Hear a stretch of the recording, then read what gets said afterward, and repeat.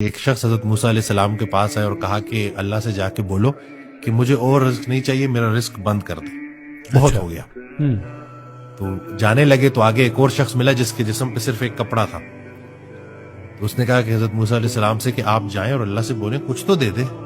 واہ، تو جب وہ اللہ کے پاس گئے اور پہلے شخص کی عرضی پیش کی کہ وہ کہتا ہے کہ میرا رزق بند کر دے، تو اللہ نے جواب دیا کہ اس کو بولا میرا شکر ادا کرنا بند کر دے، میں رزق بند کر دوں۔ ہائے ہائے ہائے ہائے، واہ واہ، اور اس دوسرے کو میسج دو کہ میرا شکر ادا کرنا شروع کر دو، میں رزق کشادہ کر دوں۔ سبحان تو اللہ۔ وہ واپس گئے اور اس شخص کو بولا کہ تم جو ہے نا رزق شکر ادا کرنا بند کر دو تو تمہارا رزق بند ہو جائے گا۔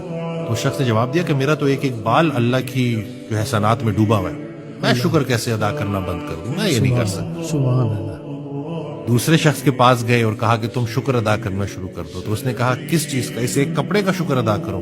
کہتے ہیں کہ ایک تیز ہوا چلی اور وہ کپڑا بھی اڑ گیا۔ واہ واہ واہ۔